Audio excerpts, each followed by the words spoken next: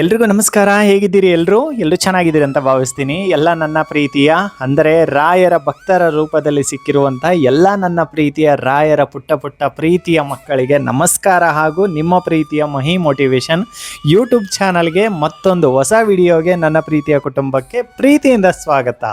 ಸ್ನೇಹಿತರೆ, ಈ ಒಂದು ವಿಡಿಯೋನಲ್ಲಿ ನಾವು ತಿಳ್ಕೊಳ್ಳೋಣ.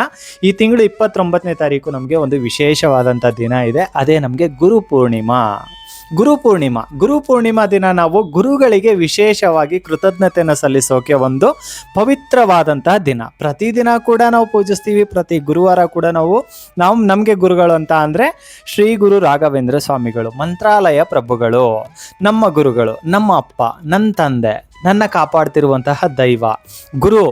ಅಂದರೆ ರಾಯರು ಅಂತ ಅಂದರೆ ಬರೀ ಒಬ್ಬರು ಗುರುಗಳಾಗಿ ಉಳಿದಿಲ್ಲ. ಪ್ರತಿಯೊಬ್ಬರ ಉಸಿರು, ಪ್ರತಿಯೊಬ್ಬರ ಒಂದು ದೈವ ಕಾಣದ ಹಾಗೆ ಕಾಪಾಡ್ತಿರುವಂಥ ಒಂದು ದೈವ ಅಂತ ಅಂದರೆ ಅದು ಶ್ರೀ ಗುರು ರಾಘವೇಂದ್ರ ಸ್ವಾಮಿಗಳಿಂದನೇ ಎಷ್ಟೋ ಜೀವಗಳು ಇವತ್ತು ಬದುಕಿದೆ, ಎಷ್ಟೋ ಜೀವಗಳು ಬದುಕ್ತಾ ಇದೆ, ಎಷ್ಟೋ ಜೀವಗಳನ್ನ ರಾಯರು ಕಾಪಾಡಿದ್ದಾರೆ, ಮುಂದೆ ಕೂಡ ಕಾಪಾಡ್ತಾರೆ. ಹಾಗಾಗಿ ನಾನು ಹೇಳುವಂಥದ್ದು ಏನಂತ ಅಂದರೆ ಇದೇ ತಿಂಗಳು 29ನೇ ತಾರೀಕು 29/7/2026 ಬುಧವಾರ ದಿನ ನಮಗೆ ಗುರುಪೂರ್ಣಿಮಾ ಇದೆ. ಗುರುಪೂರ್ಣಿಮಾ ದಿನ ನಾವು ರಾಯರಿಗೆ ಅಂದರೆ ನಮ್ಮ ಪ್ರೀತಿಯ ಗುರುಗಳಿಗೆ ನಾವು ವಿಶೇಷವಾಗಿ ಕೃತಜ್ಞತೆಯನ್ನು ಸಲ್ಲಿಸುವಂತಹ ಒಂದು ಪವಿತ್ರವಾದಂತಹ ದಿನ.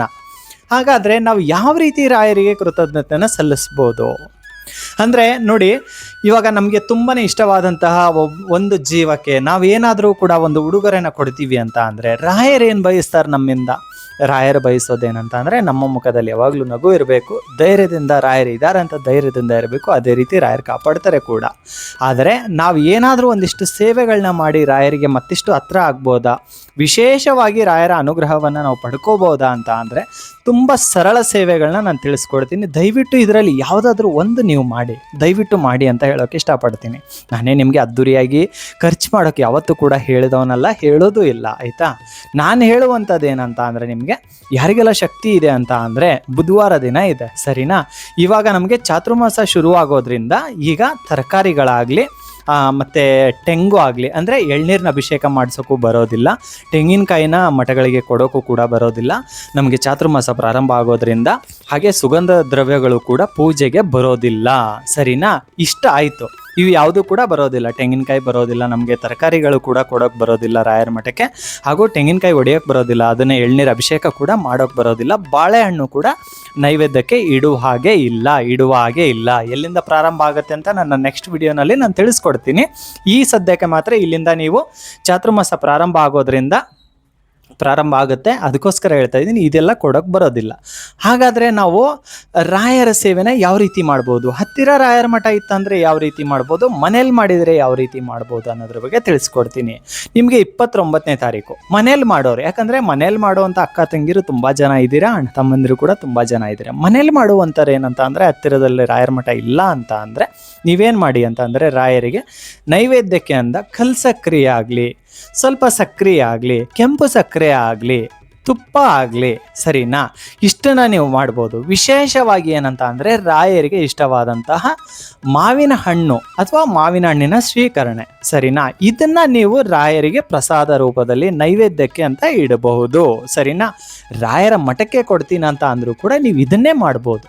ಮಾವಿನ ಹಣ್ಣನ್ನಾಗಲಿ, ಸ್ವಲ್ಪ ತುಪ್ಪ ಆಗಲಿ, ಅಥವಾ ನಿಮಗೆ ಅಭಿಷೇಕ ಮಾಡಿಸೋಕ್ಕಾಗುತ್ತಂತ ಅಂದರೆ ಒಂದು 1/2 ಲೀಟ್ರದ್ದು ಒಂದು 5 ಪ್ಯಾಕೆಟ್ ಹಾಲಿನ ಪ್ಯಾಕೆಟ್ ಕೂಡ ಕೊಡ್ಬೋದು.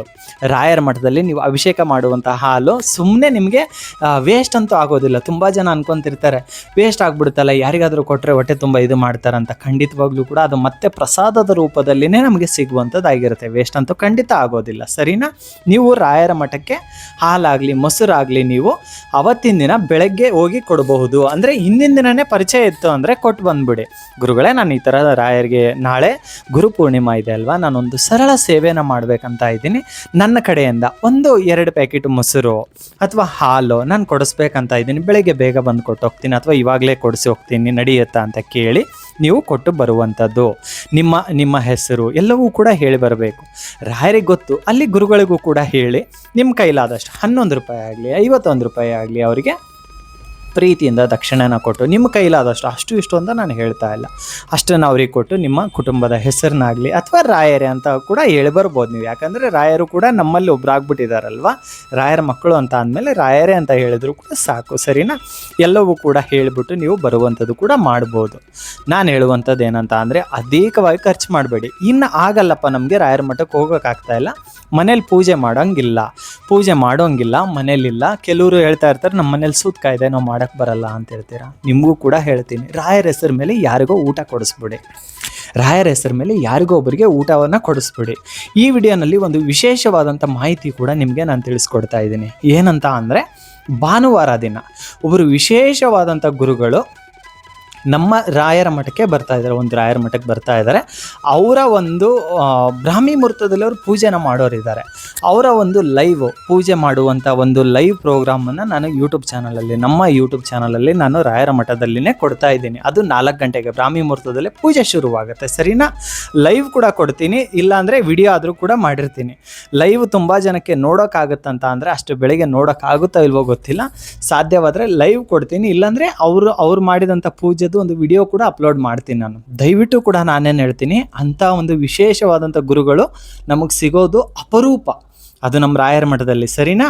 ನಾನೇನು ಹೇಳ್ತಾ ಇದ್ದೀನಿ, ಆ ವಿಡಿಯೋನ ನಾನು ಅಪ್ಲೋಡ್ ಮಾಡಿರ್ತೀನಿ. ಅವರು ಮಾಡುವಂಥ ಪೂಜೆಗಳನ್ನ ಕಣ್ತುಂಬ್ಕೊಳ್ಳಿ. ಯಾಕಂತ ಅಂದರೆ ಎಷ್ಟೋ ಜನಕ್ಕೆ ಆ ರಾಯರಿಗೆ ಪೂಜೆ ಮಾಡ್ತಾ ಇರ್ತಾರಲ್ಲ, ಎಷ್ಟೋ ಜನ ಲಕ್ಷಾಂತರ ಜನ ಕೋಟ್ಯಾಂತರ ಜನ ರಾಯರನ್ನ ಪೂಜಿಸೋರಿದ್ದಾರೆ. ಅವ್ರು ಮಾಡುವಂಥ ಪೂಜೆಗಳು ಒಂದೊಂದು ಕೂಡ ವಿಶೇಷವಾಗಿ ಮಾಡ್ತಾ ಇರ್ತಾರೆ. ಪ್ರತಿಯೊಂದು ಕೂಡ ನಾನು ನಿಮಗೆ ತೋರಿಸುವಂತಹ ಒಂದು ಪ್ರಯತ್ನ ಮಾಡ್ತೀನಿ. ನಾನು ಅಂತ ಅಂದರೆ ನನ್ನಿಂದ ಅಲ್ಲ, ಅದು ರಾಯರು ಒಂದು ಸೇವೆನ ಕೊಡ್ತಾ ಇದ್ದಾರೆ. ನಾನು ಆ ಸೇವೆನ ಮಾಡಿ ನಿಮಗೆ ತೋರಿಸುವಂಥ ಪ್ರಯತ್ನವನ್ನು ನಿಮ್ಮ ಮುಂದೆ ತರುವಂಥ ಪ್ರಯತ್ನ ನಾನು ಮಾಡ್ತೀನಿ. ನೋಡಿ ಕಣ್ತುಂಬ್ಕೊಳ್ಳೋ ಜವಾಬ್ದಾರಿ ಮಾತ್ರ ನಿಮ್ಮದು. ಯಾಕಂತಂದರೆ ನನ್ನ ಪ್ರೀತಿಯ ಕುಟುಂಬ, ನಿಮ್ಮ ಕುಟುಂಬದಲ್ಲಿ ಒಂದು ಹುಡುಗ ಹೋಗಿ ಅಲ್ಲಿ ಮಾಡ್ತಾ ಇದ್ದಾನೆ ವಿಡಿಯೋ ಅಂತಂದರೆ ನೀವು ನೋಡೋ ಜವಾಬ್ದಾರಿ ನಿಮ್ದಾಗಿರುತ್ತೆ. ದಯವಿಟ್ಟು ಕೂಡ ನೀವು ಮಾಡ್ತೀರಂತ ಅಂದ್ಕೊಂಡಿದ್ದೀನಿ. ನೋಡೋ ಮುಖಾಂತರ ರಾಯರ ಒಂದು ಆಶೀರ್ವಾದವನ್ನು ಅನುಗ್ರಹವನ್ನು ನೀವು ಪಡ್ಕೊತೀರಾ. ಭಾನುವಾರ ನಾನು ವಿಡಿಯೋ ಮಾಡಿರ್ತೀನಿ, ಸಾಧ್ಯವಾದರೆ ಅವತ್ತು ವಿಡಿಯೋ ಅಪ್ಲೋಡ್ ಆಗುತ್ತೆ. ಇಲ್ಲ ಅಂತ ಅಂದರೆ ನಾನು ಮಾರನೇ ದಿನ ಮಾಡ್ತೀನಿ, ಅಲ್ಲಿ ನಾನು ಬರೆದಿರ್ತೀನಿ, ಆ ಗುರುಗಳ ಹೆಸರು ಕೂಡ ಬರೆದಿರ್ತೀನಿ. ಯಾರು ಕೂಡ ಮಿಸ್ ಮಾಡ್ಕೋಬೇಡಿ ಇದು ಅಂತ ಕೂಡ ಬರೆದಿರ್ತೀನಿ. ಅದನ್ನು ನೀವು ದಯವಿಟ್ಟು ಕೂಡ ಆ ವಿಡಿಯೋನ ನೀವು ಲೈಕು ಕಮೆಂಟು ಇದು ಯಾವುದು ನನಗೆ ಮ್ಯಾಟ್ರ್ ಆಗಲ್ಲ. ಅದು ಮಾಡಿಲ್ಲ ಅಂದರೂ ಕೂಡ ನಡೆಯುತ್ತೆ, ಮಾಡಿದರೂ ನಡೆಯುತ್ತೆ, ಅದು ಮಾಡಲೂಬೇಡಿ, ನಾನು ಇಷ್ಟೇ ಹೇಳೋದು. ಆದರೆ ನೋಡೋದು ಮಾತ್ರ, ಕಣ್ತುಂಬ್ಕೊಳ್ಳೋದು ಮಾತ್ರ ಮಿಸ್ ಮಾಡಬೇಡಿ. ಇದು ನಿಮಗೆ ನಾನು ಹೇಳುವಂಥದ್ದು, ಸರಿನಾ? ಅದೊಂದು ವಿಶೇಷವಾದಂಥ ವಿಡಿಯೋ ಬರಲಿದೆ ನಮ್ಮ ಚಾನಲಲ್ಲಿ, ಅದನ್ನು ಮಿಸ್ ಮಾಡ್ಕೋಬೇಡಿ. ಹಾಗೂ ಗುರುಪೂರ್ಣಿಮಾ ದಿನ ನೀವು ಏನಾದರೂ ಕೂಡ ಈ ಸೇವೆಗಳನ್ನ ಮಾಡ್ತೀನಿ ಅಂತ ಅಂದರೆ ಇದನ್ನು ಮಾಡ್ಬೋದು. ಆದರೆ ತೆಂಗಿನಕಾಯಿ ಆಗಲಿ, ನೀವು ಮತ್ತು ಬಾಳೆಹಣ್ಣಾಗಲಿ ನೈವೇದ್ಯಕ್ಕೆ ಈ ಸಮಯದಲ್ಲಿ ದಯವಿಟ್ಟು ಬರೋದಿಲ್ಲ. ಇದನ್ನು ಬಿಟ್ಬಿಟ್ಟು ನೀವು ಏನು ಮಾಡಿ ಅಂತ ಅಂದರೆ ಮಾವಿನ ಹಣ್ಣು ಚಾತುರ್ಮಾಸದಲ್ಲಿ ಅದು ಬರೋದಿಲ್ಲ, ಆಯಿತಾ? ಅದ್ರ ಬಗ್ಗೆ ಸಪ್ರೇಟ್ ಒಂದು ವಿಡಿಯೋ ಕೂಡ ಬರುತ್ತೆ ನಮ್ಮ ಚಾನಲಲ್ಲಿ, ಸರಿನಾ? ನೀವೇನು ಮಾಡಿ ಅಂತ ಅಂದರೆ ಮಾವಿನ ಹಣ್ಣಾಗಲಿ ಅಥವಾ ನೀವು ಕಲ್ಲು ಸಕ್ಕರೆ ಆಗಲಿ, ಕೆಂಪು ಸಕ್ಕರೆ ಆಗಲಿ, ನೀವು ತುಪ್ಪವನ್ನಾಗಲಿ, ಶಕ್ತಿ ಇರುವಂಥವ್ರು ತುಪ್ಪವನ್ನಾಗಲಿ ಕೊಡಬಹುದು. ರಾಯರ ಮಠದಲ್ಲಿ ಹೋಗಿ ಹೆಜ್ಜೆ ನಮಸ್ಕಾರ ಸೇವೆನ ಮಾಡಿಕೊಂಡು, ಅಥವಾ ಮನೆಯಲ್ಲಿ ನಮ್ಗೆ ಆಗ್ತಾ ಇಲ್ಲ ಅಂದರೆ ತುಳಸಿ ಕಟ್ಟೆ ಇದ್ದರೆ ತುಳಸಮ್ಮನಿಗೆ ಪ್ರದಕ್ಷಿಣೆ ಸೇವೆ ಮಾಡಿ. ಒಂದು 11 ಆಗಲಿ 5 ಆಗಲಿ 21 ಆಗಲಿ ನಿಮ್ಮ ಮನಸ್ಸಲ್ಲಿ ಏನೋ ಒಂದು ಅಂದ್ಕೊಳ್ಳಿ, ಗುರುಗಳೇ ನನ್ನ ಜೀವನದಲ್ಲಿ ನೀವು ಬಂದಮೇಲೆ ಏನೋ ಒಂದು ಬದಲಾವಣೆ ಆಗಲಿ. ನನ್ನ ಜೊತೆಗೆ ಮಾತಾಡೋಕ್ಕೂ ಯಾರು ಇರ್ತಾ ಇರಲಿಲ್ಲ ಗುರುಗಳೇ, ಇವಾಗ ನೀವು ಕಣ್ಣಿಗೆ ಕಾಣಲ್ಲ ಅನ್ನೋದ್ಬಿಟ್ರೆ ನಿಮ್ಮ ಜೊತೆಗೆ ನಾನು ಮಾತಾಡ್ತಿದ್ದೀನಿ, ಗೊತ್ತಿಲ್ಲದ ನಿಮ್ಮ ಜೊತೆಗೆ ನಾನು ಒಂದು ರೀತಿ ಬೆರ್ತೋಗ್ಬಿಟ್ಟಿದ್ದೀನಿ ಗುರುಗಳೇ. ನನ್ನಲ್ಲಿ ನೀವು ಸಂಪೂರ್ಣವಾಗಿ ಬೆರ್ತೋಗ್ಬಿಟ್ಟಿದ್ದೀರಾ, ದೇಹ ಮಾತ್ರ ಇಲ್ಲಿದೆ, ನನ್ನ ಮನಸ್ಸು ಪೂರ್ತಿ ನಿಮ್ಮ ಪಾದಕ್ಕಿದೆ ಗುರುಗಳೇ. ನನ್ನ ಜೀವನದಲ್ಲಿ ನೀವು ಬಂದ ಮೇಲೆ ಏನೋ ಒಂದು ಗುರುಗಳೇ, ಏನೋ ಒಂದು ನಿಮ್ಮನ್ನು ನೆನೆಸ್ಕೊಂಡ್ರೆ ನನ್ನ ಕಣ್ಣಲ್ಲಿ ನೀರು ಬರುತ್ತೆ, ನೀವು ಪಟ್ಟಂಥ ಕಷ್ಟ ನೆನೆಸ್ಕೊಂಡ್ರೆ ಕಣ್ಣಲ್ಲಿ ನೀರು ಬರುತ್ತೆ. ನೀವಂದ್ರೇ ನನ್ನ ಜೀವನದಲ್ಲೂ ಒಂದು ಅದ್ಭುತ ವಿಶೇಷ ಗುರುಗಳೇ. ನಿಮ್ಮಿಂದ ನಾನು ಎಷ್ಟೋ ಕಲ್ತಿದ್ದೀನಿ, ಎಷ್ಟೋ ಕಲಿತಾ ಇದ್ದೀನಿ. ನನ್ನ ಸರಿ ತಪ್ಪುಗಳನ್ನ ಮತ್ತಿಷ್ಟು ತಿದ್ದಿ ನನ್ನ ಒಳ್ಳೆ ದಾರಿ ಕರ್ಕೊಂಡು ಹೋಗ್ತಾ ಇದ್ದೀರಾ. ಮತ್ತಿಷ್ಟು ಒಳ್ಳೆ ದಾರಿ ಕರ್ಕೊಂಡೋಗಿ ಗುರುಗಳೇ. ನನ್ನಿಂದ ಆದಷ್ಟು ಕೂಡ ನನಗೆ ಒಂದಿಷ್ಟು ದಾನ ಧರ್ಮಗಳು ಮಾಡಬೇಕಂತ ತುಂಬ ಜನಕ್ಕೆ ಇದೆ. ಆ ಶಕ್ತಿನ ಕೊಡಿ ಗುರುಗಳೇ, ಕಾಪಾಡಿ ಗುರುಗಳೇ. ಯಾಕಂದರೆ ನಿಮ್ಮನ್ನು ಬಿಟ್ಟರೆ ಯಾರೂ ಇಲ್ಲ ತಂದೆ ನನಗೆ ಅಂತ ಈ ಥರ ಪ್ರಾರ್ಥನೆನ ಮಾಡಿಕೊಂಡು ಗುರುಗಳಿಗೆ ಮತ್ತಿಷ್ಟು ಪ್ರಾರ್ಥನೆ ಮುಖಾಂತರ ಹತ್ತಿರ ಆಗೋಕ್ಕೆ ವಿಶೇಷವಾದಂಥ ಒಂದು ದಾರಿ ನಮಗೆ. ನಾನು ಹಿಂಗೆ ರಾಯರ ಹತ್ರ ಮಾತಾಡೋದು, ರಾಯರೇ ನಿಮ್ಮನ್ನು ಬಿಟ್ಟರೆ ಯಾರಿಲ್ಲ ನನಗೆ, ಕಣ್ಣಿಗೆ ಕಾಣಿಸಲ್ಲ ಅಂದ್ಬಿಟ್ರೆ ನಮ್ಮ ಸುತ್ತಮುತ್ತ ಇದ್ದೀರಾ ನೀವು, ದಯವಿಟ್ಟು ಆಶೀರ್ವಾದ ಅನುಗ್ರಹ ಮಾಡಿ ಅಂತ ನಾನು ಕೇಳ್ಕೊತೀನಿ. ನೀವು ಕೂಡ ಹಂಗೆ ಕೇಳ್ಕೊಳ್ಳಿ, ಪ್ರತಿಯೊಬ್ಬರಿಗೂ ಕೂಡ ಒಳ್ಳೆಯದಾಗಲಿ ಅಂತ ಕೇಳ್ಕೊತೀನಿ. ಪ್ರತಿಯೊಬ್ಬರಿಗೂ ಕೂಡ ಒಳ್ಳೆಯದಾಗೇ ಆಗುತ್ತೆ. ಏನಾದರೂ ಡೌಟ್ಸ್ ಇದ್ದರೆ ಕಮೆಂಟ್ಸ್ ಕೂಡ ಮಾಡಿ. ತುಂಬ ಜನ ಹೇಳ್ತಾ ಇದ್ದೀರಾ ಇನ್ಸ್ಟಾಗ್ರಾಮಲ್ಲಿ ಮೆಸೇಜ್ ಹಾಕಿದ್ದೀವಿ ನೀವು ನೋಡಿಲ್ಲ ಅಂತ. ಖಂಡಿತ ನಾನು ಅಲ್ಲಿ ಕೂಡ ರಿಪ್ಲೈ ಮಾಡ್ತೀನಿ. ಪ್ರತಿಯೊಬ್ಬರಿಗೂ ಒಳ್ಳೆಯದಾಗುತ್ತೆ. ಒಳ್ಳೆಯದಾಗಲಿ. ನಗ್ನಗ್ತಾ ಇರಿ, ನಗಿಸ್ತಾ ಇರಿ. ನಮಸ್ಕಾರ.